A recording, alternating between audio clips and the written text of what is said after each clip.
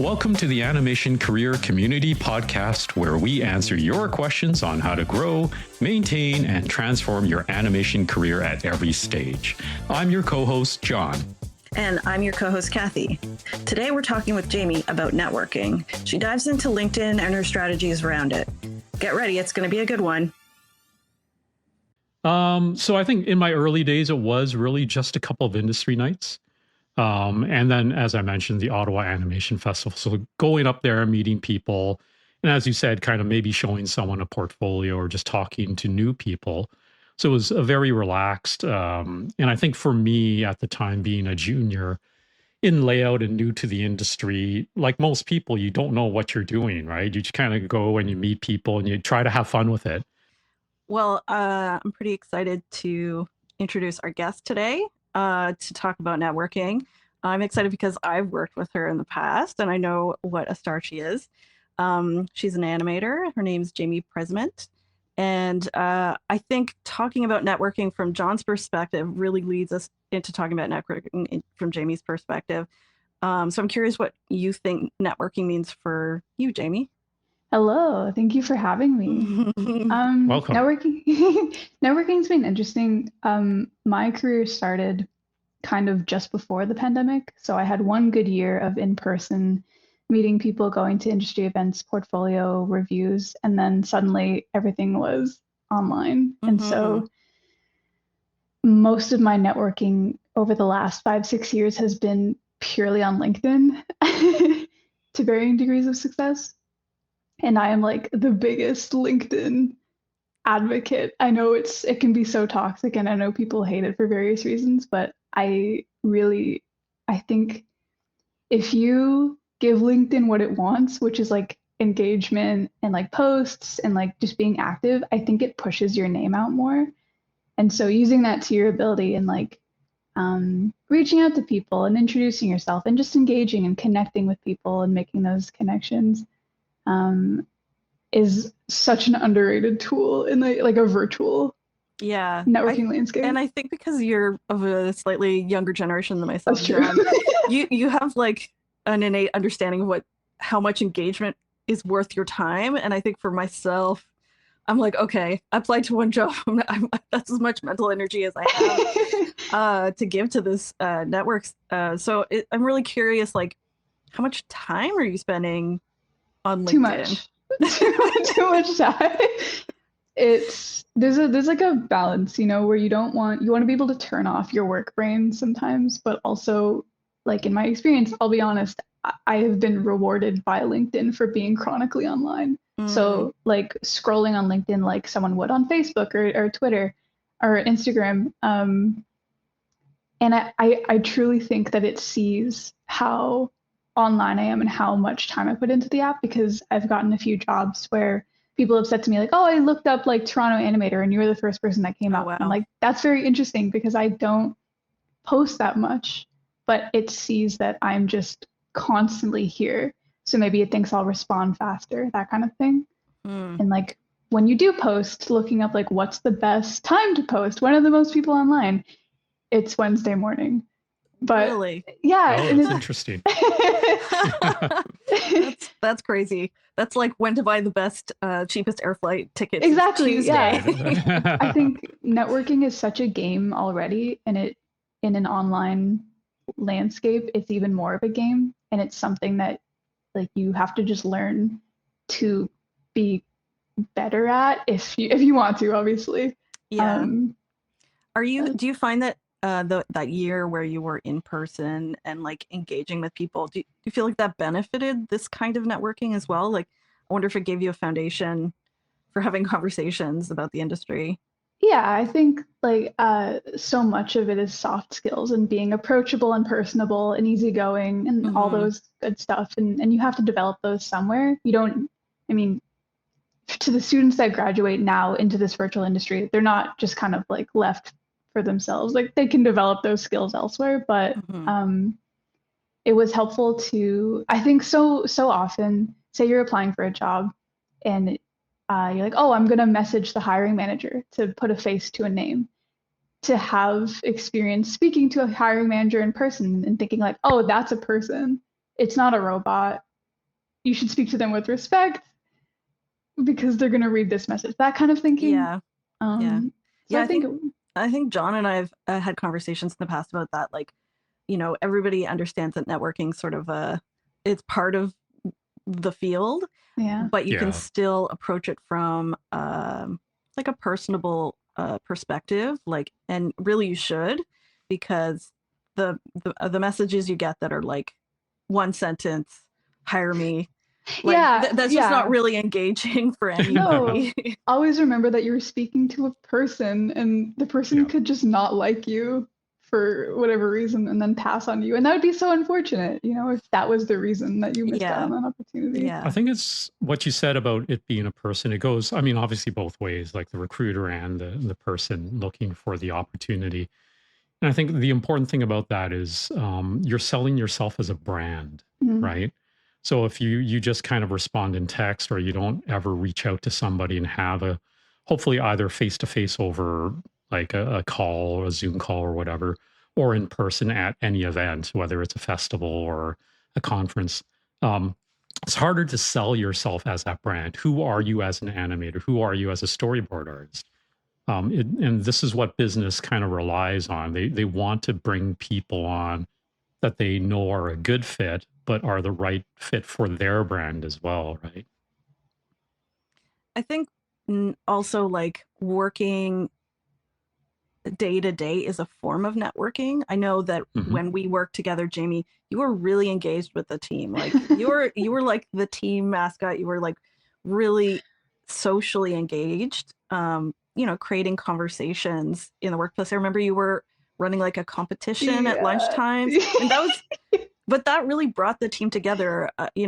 That's a skill that I think is not really talked about in the networking sense, but like people will remember working with you in that scenario, remember how engaged and friendly it was. So they've been more happy to recommend you in the future. And I think that's a form of networking that's going on in the background all the time. And you might not be thinking about it because you're in the day-to-day. Yeah. I know what you mean. I think networking, it sounds very like clinical, like I'm going to a networking event to network, but also just like be a good person and be kind and helpful. And like, if you could call it networking, like when you're working a job and staying active in that chat, especially now because everything is so online, put your camera on and like offer help and ask people how their weekends were. And like, if that feels fake to you, then maybe don't do it. You don't want to be, kind of a fake person, but try to be involved because people remember that. And I think people kind of crave that, especially now. It's important. Yeah, something I noticed from especially juniors coming into the industry is that they're exceptionally quiet. Even just asking questions is a good form of engagement. Like if you're sitting back going, I have this question, but I feel stupid for asking, it's still worth asking because other people might be thinking that, and they might remember, oh, that person like helped me out by asking that question, even though it's a bit more in the back of your brain networking rather than the front. It's still a form of engagement. I know that the hard part for me in networking is just that initial reach out moment. Like in the past, it might have been a phone call or, sending in a demo reel. But now it's very much like email, just emailing people through LinkedIn. I was wondering if you could talk a bit about like, how aggressive are you when you're making those messages? Like how many people are you messaging for a job and how often? So like first I just want to say don't like assault people with messages. Don't spam don't spam people. I think like personally, if I send a message and I don't get a response, I think maybe if there's that grace period, send one more. And then if you still then like don't, just back off. But it's circumstantial. But in general, like that would look like say you apply for a job through a job portal and I think to myself, I know that this would be a really good fit. Like I know that this is what so maybe I'll look up company hiring manager or company HR rep or talent acquisition, and I'll find that person and I'll just kind of say, hey, my name is Jamie. I'm a Toronto-based Animator. I just recently applied for your listing. I would love to chat further. Here's like 2 or 3. I'm this. I know you're looking for that, and you're looking for this. I have this too. Here's a link to my demo. I'd love to connect, and then just kind of leaving it at that. I don't often do just cold, hi, studio head, I'm looking for a job. Mm-hmm.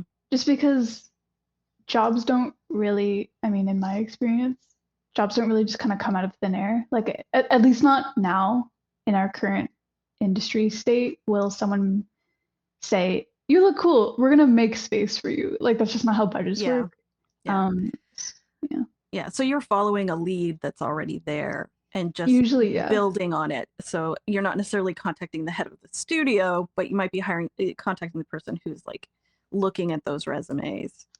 Yeah, there's been times when I've reached out to a talent acquisition person and just kind of said, hey, like, here's my whole deal. If you're ever looking, I hope you'll keep me in mind. And usually those don't really go anywhere. Yeah. But I think it's good practice just to like make that connection and stay polite. And it's also practice for the future. And you never know. Sometimes you do hear back from those things. Yeah. And then there's, you know, speaking to your connections, your friends. Hey, is there any chance that you know of anything?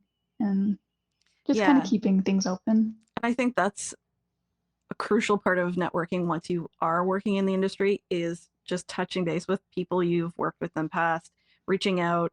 I mean, that's been my main form of networking, is just seeing like, hey, is there something coming down the pipe? Should I keep eyes open for that in the future? Just being abreast of what is happening at other studios around through your own contacts, which is obviously harder to do when you're entering the field. That's where, you know, what you're suggesting, Jamie, is like more practical. I think maybe this current form of cold calling would be, rather than reaching out to people to chat, would be reaching out to people to connect. You know, like, hey, I saw you. Usually you don't have to say much. You just have to have a profile that maybe connects or relates to someone else's, but just be like, hey, I'm a new animator. I'd love to connect. Yeah, and maybe explain why you want to connect with that individual. Like, you've looked at their resume, you've looked at their history or something, and you're inspired by it or something, rather than just being like firing out a bunch of emails that are all blanket the same. Exactly. Yeah. I know, John, you've been around for a long time, so networking for you probably looks really different. Could you sort of give us an example? Like, say you're finishing this job and nothing's on the horizon. What would your next steps be?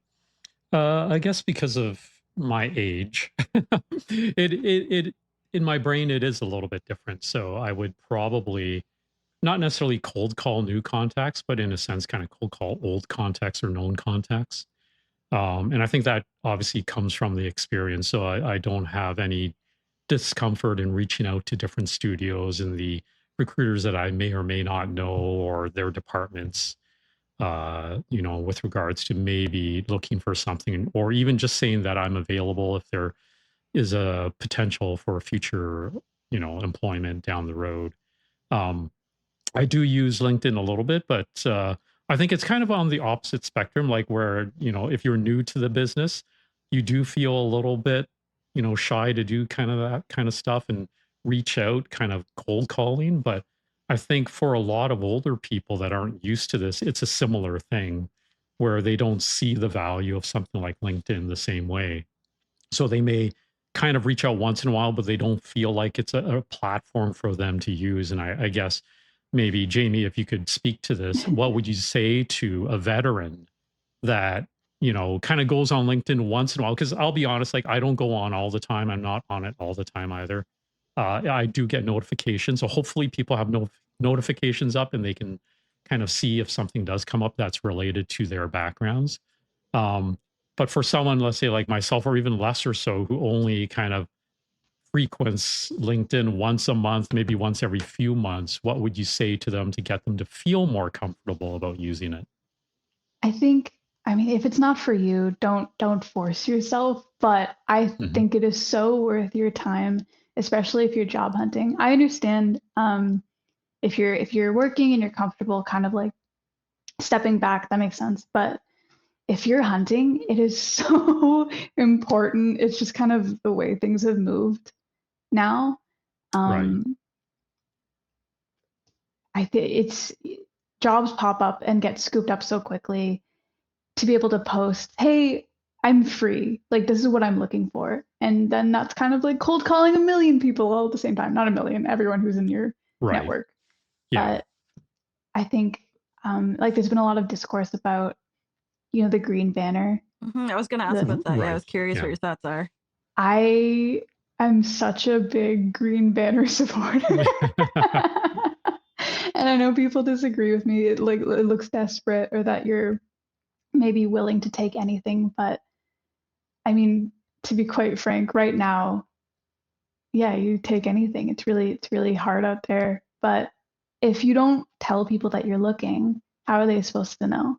Exactly. Yeah, I was going to say that. I mean, especially as you said, during this kind of period in our industry, it's important for people to get themselves out there, right? Mhm. Let other studios, even if you don't know them personally or have any experience with them, let them know you are out there, have that green banner. I don't think there's anything wrong with it. And I kind of disagree with those who don't like it. I think it's important for people to see that green banner and know that someone is available, because the potential is there for a job, or even, again, just a contact. So I think for me, when I do speak to other veterans that don't use LinkedIn too much, I say, you just never know what's going to happen. Yeah, sometimes you never hear from somebody. And I think that's what gets some people down about that site. You can have like hundreds of contacts and never hear from any of them, really. Mhm. And I've had that happen myself. Of But course, the fact that there's potential there, that there's job postings happening all the time. And again, if you show some visibility, and it doesn't have to be every day, just show some visibility, have that green banner indicated, it gives you a better chance at getting something. There's job postings happening all the time. And again, if you show some visibility, and it doesn't have to be every day, just show some visibility, have that green banner indicated, it gives you a better chance at getting something. Having an sorry, Jimmy. So you've put up your green banner and seen some interest from that? Oh yeah. Most of, I'd say my last, 2, 3 jobs have been people approaching me on LinkedIn because they see the banner. Okay, that's really interesting. Yeah. I've been approached too, because I always forget to turn off the green banners. Yeah. But it happens, right? Like someone saw the green banner and said, hey, John, are you interested in this? I'm like, oh, right. Sorry. I'm not. I'm not available right now. But again, like I said, the potential is there. Yeah, I'm curious, Jamie, if you use any other online format for networking, or is it primarily LinkedIn? My online presence kind of looks like mostly LinkedIn. I have a portfolio website. I'm not like on Instagram. Like I don't have an art Instagram, if that's what you're asking.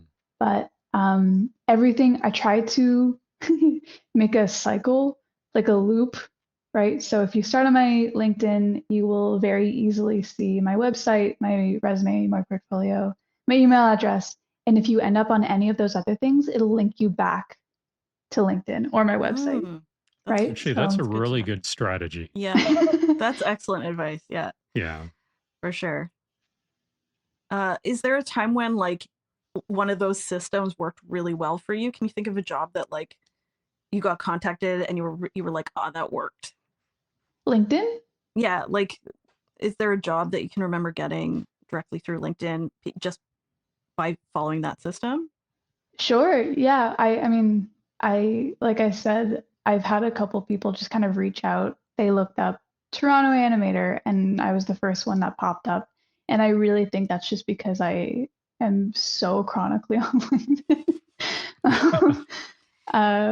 But say you're a hiring manager, say you're that person, you look up Toronto Animator and you see a friendly face with a green banner and you click it, and very easily you see my website and you're able to look around on your own time.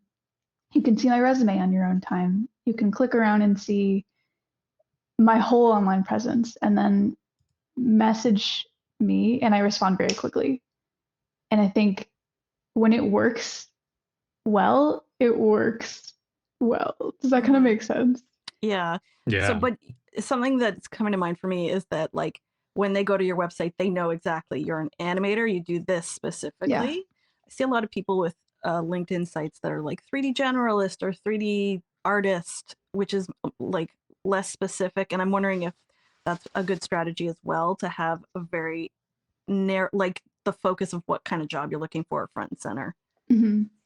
Something I've told people a lot is to take a look at their whatever they're editing, their resume, their portfolio, their LinkedIn, and think if a hiring manager or someone else, whoever, looked at my stuff for 15 seconds, what would they take?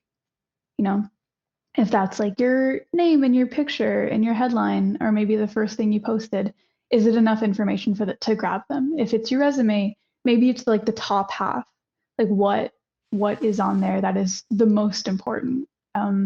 If it's a post, for example, say you put up your green banner, you're like, I'm open to work. Write a new thing. It'll spit out like this. I'm open to work.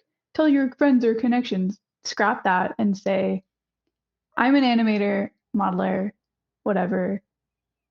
This is when I'm available. This is what I'm looking for. This is my experience. Obviously, in nicer words than give me this. Right. But Yes, yeah. Looking at like what specifically, what do people need to know? So I don't think having a general, like I'm just a general 3D animator is a bad thing, or 3D generalist is a bad thing, and keeping that more broad. But I think making it clear rather than specific. I see. Okay. Like, yeah, that makes a lot of sense. So you hear a lot of questions from people your own age, right? Like you have other people you've known through school who've come to you for advice. Like what's the number one mistake people are making when they're doing online networking? Something I share a lot with my friends, that seems obvious, but I think people just kind of either forget or like don't think about it or get nervous, is to reach out and follow up. Just follow up. It doesn't hurt. So you feel like people are just not doing that? Yeah. I think it's an extra step. People, they forget or they get shy, but say you send off an application to, I don't know, Tree Studios. Go on LinkedIn and look up Tree Studios talent acquisition. There's probably one or two people there. And just say, hey, I applied. I'd love to chat. And it gives a face to a name. It introduces you. It creates that connection. There's no, like, just, you should push yourself to do it because it's worth it. And then even in a case where you didn't get a job, they may say, hey, sorry, we filled the position. And then you have that closure if that's something that you need. Yeah.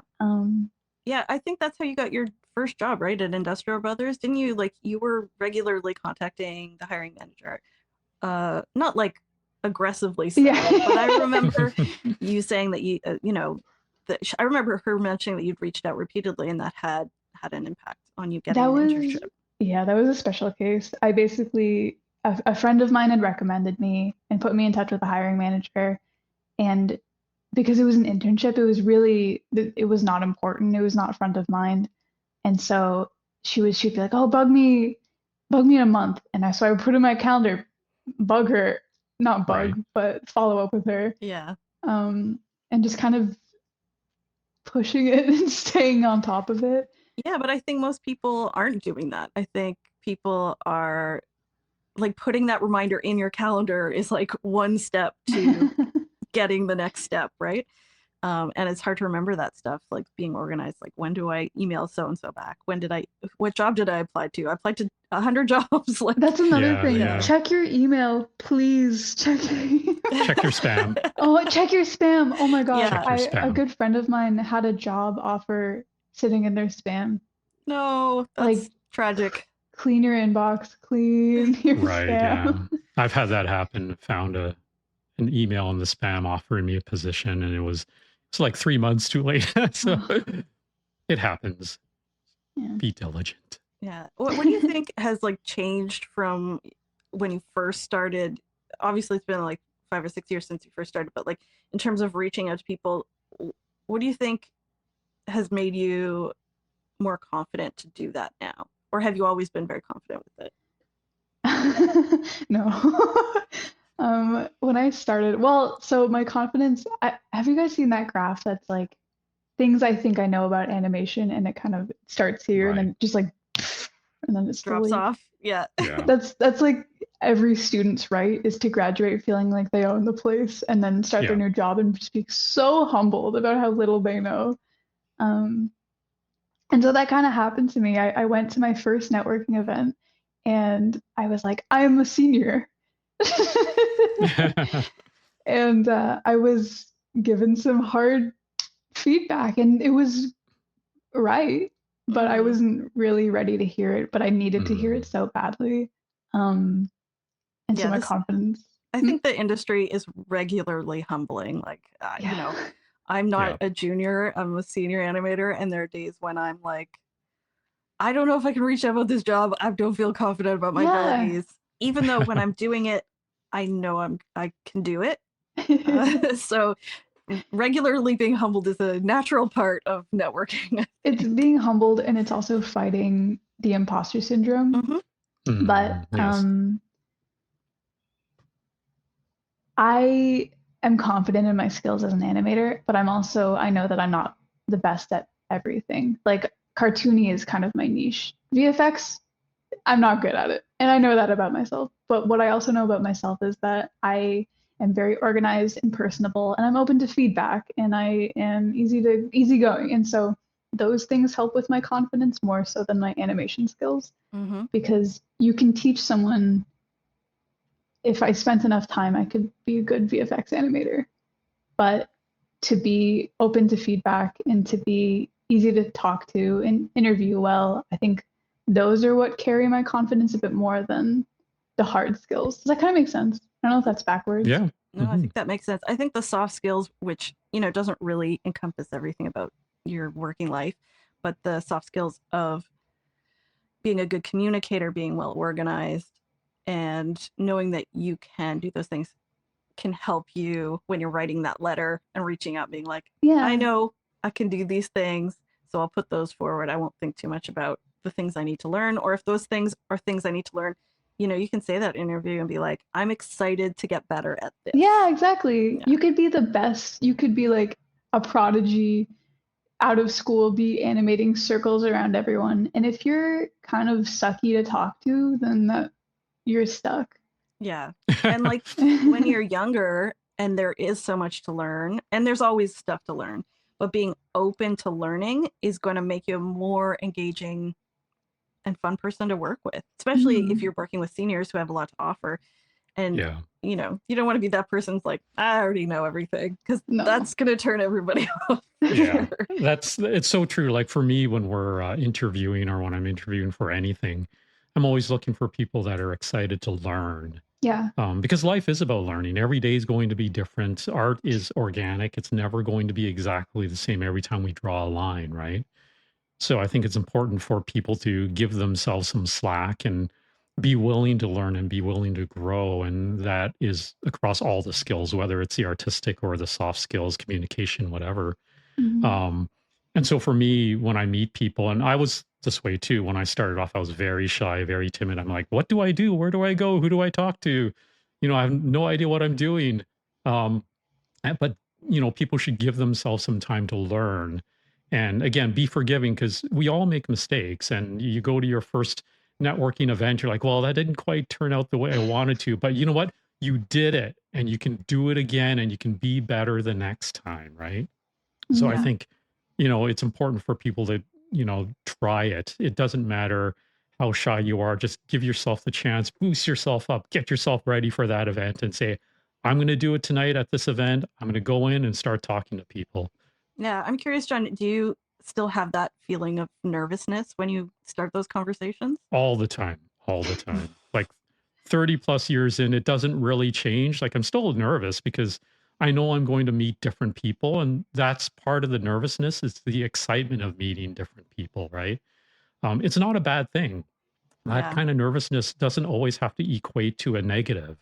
It means, hey, I'm in a new environment with new people, and I get to interact with people I've never talked to before. And I think for me, in my experience, going to something like Kids Screen, um, I would say the very first kid screen I did, as an example of like kind of successful networking in a sense for me, is probably that, because I ended up kind of going on my own. I was originally supposed to go with a few other people, one writer in particular, and they all bailed at the last minute. So I was left to just kind of do kid screen on my own. Like I have no idea what I'm doing, but it's kind of too late. It's like I'm going, I've got meetings, I'm gonna do it. I went in there and I'm like, my first time there, I'm not gonna put too much pressure on myself. I'm just gonna go and learn about it, chat with people, pitch my projects, and it turned out really great. Like everybody was in the same boat there. They're not all like, kind of going there to shut doors on people. They're going there to open doors to people, right? And I think Yeah. that's important for people to remember too. It's like everyone's there to actually network. So you're going to find most of them really friendly. You can have like chats almost anywhere during a conference like that. So for me, it was a very successful kind of event. Yeah, in terms of events, I have personally haven't been to a ton. I've been to like the Ottawa Film Festival, which was great, but I just think about like work events sometimes, like Mhm. just going out after work occasionally Yeah. with people. Yeah. Can if there's a work party, sometimes those things can be hard to convince yourself to go to. But they're usually worth it. People are a bit more relaxed in those situations. Yeah. And you know, I'm pretty social, but I have days where I'm like, I don't want to talk to anybody. This is a lot of work, put a lot of pressure on myself. And I think remembering that everybody feels that way sometimes Yeah. can like And that's loosen okay. you up a bit. Yeah. Of course, it's okay. Sometimes, like back in the old days, we would go out for a movie night every Friday, right? Hmm. And then have dinner after the movie. We talk about the movie or talk about work, and that's networking, right? Mhm. Absolutely. And Jamie, do And you think that there's still stuff like that happening, or is it less frequent now that everything's online? It's definitely less frequent. I would say they're like Taffy was semi recently. mm, I didn't go personally, but I think it was the first big in-person one we've had since the pandemic, which is cool to see things coming back. But like similarly to you, Kathy, like go to the Christmas party, go to the movie after work. The only thing I would say to be wary of is that time, that Christmas party or that bar where people are unwinding, it might not be always be in your best interest to talk about work. Hmm. right. Show people that you can be a good hang is one of my favorite words, that you can just be Mm, cool to talk to. And even in a networking event that for a company you don't work for, find a commonality. Oh, you like skateboarding? I love skateboarding. Wow, maybe we'd work well together. And then obviously if your work isn't up to par, then like that can only get you so far. But it helps get you in the door because when that person goes home, they don't think about, wow, I saw a really good reel tonight. They go, oh, that conversation about skateboarding was so fun.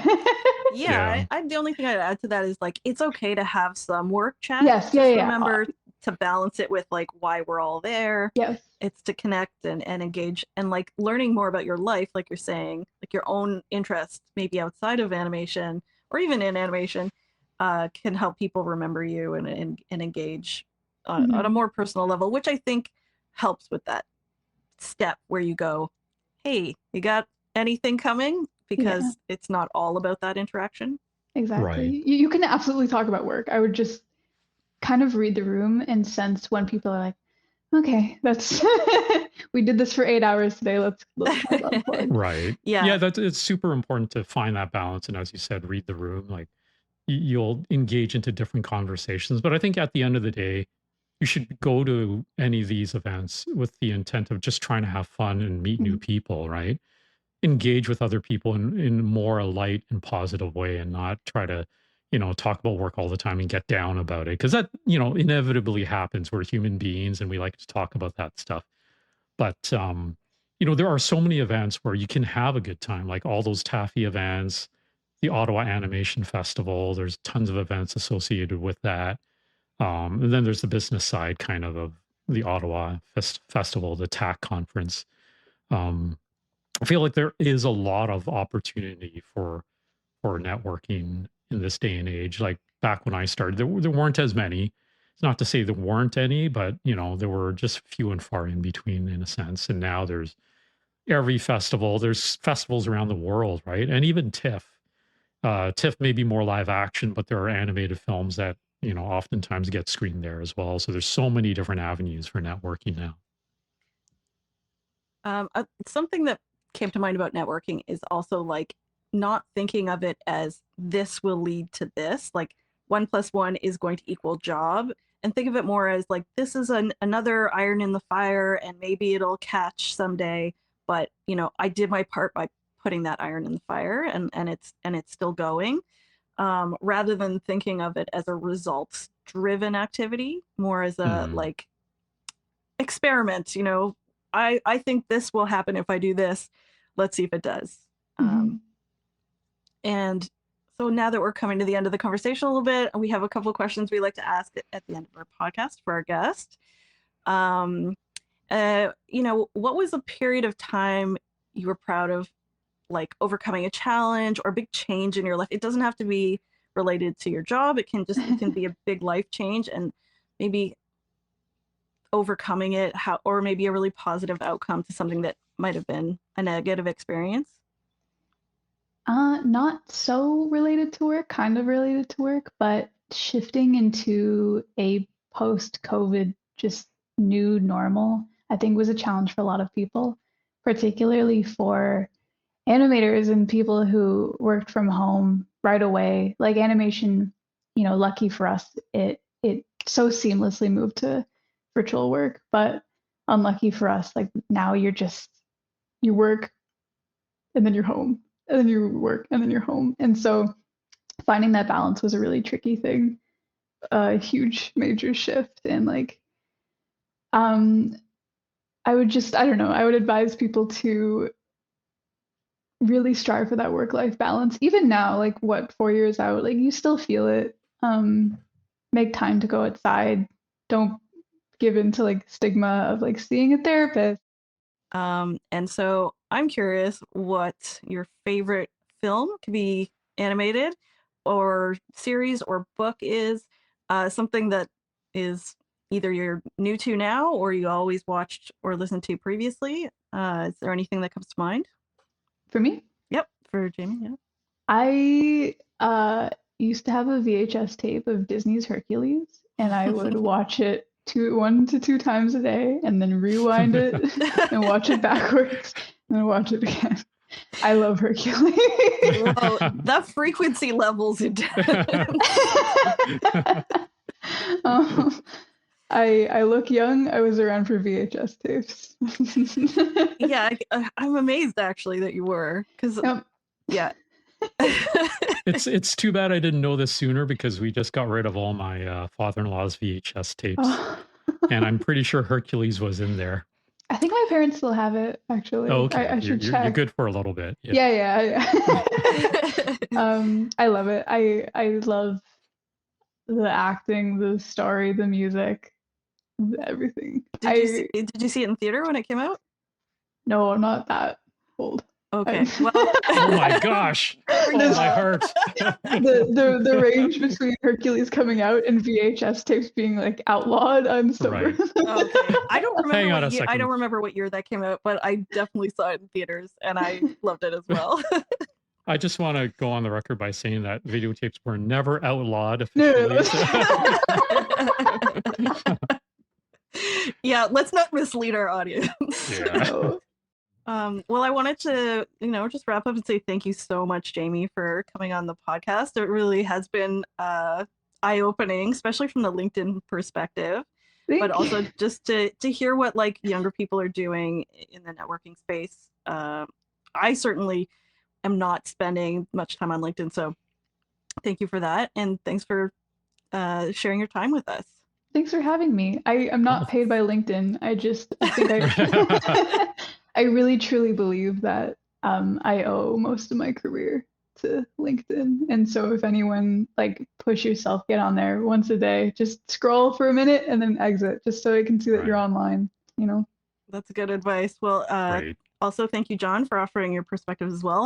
I can relate to your perspective a little bit more just because we're in a more similar time frame of our careers, not exactly, but I think networking wise, it's a more similar experience.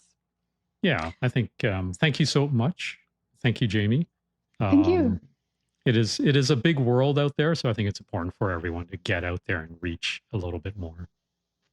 Yeah, I think it's a good topic to have a conversation about because, yeah, people don't address it head on very often. So thank you for helping us with that, Jamie. Yes, And thank you, Jamie. hopefully we can talk to you again soon. Absolutely. The ACC podcast is created and hosted by Kathy McDonald and John Lee. Music by Mike Romaniak, mixing and editing by Kathy McDonald, and produced by Kyrene Kim.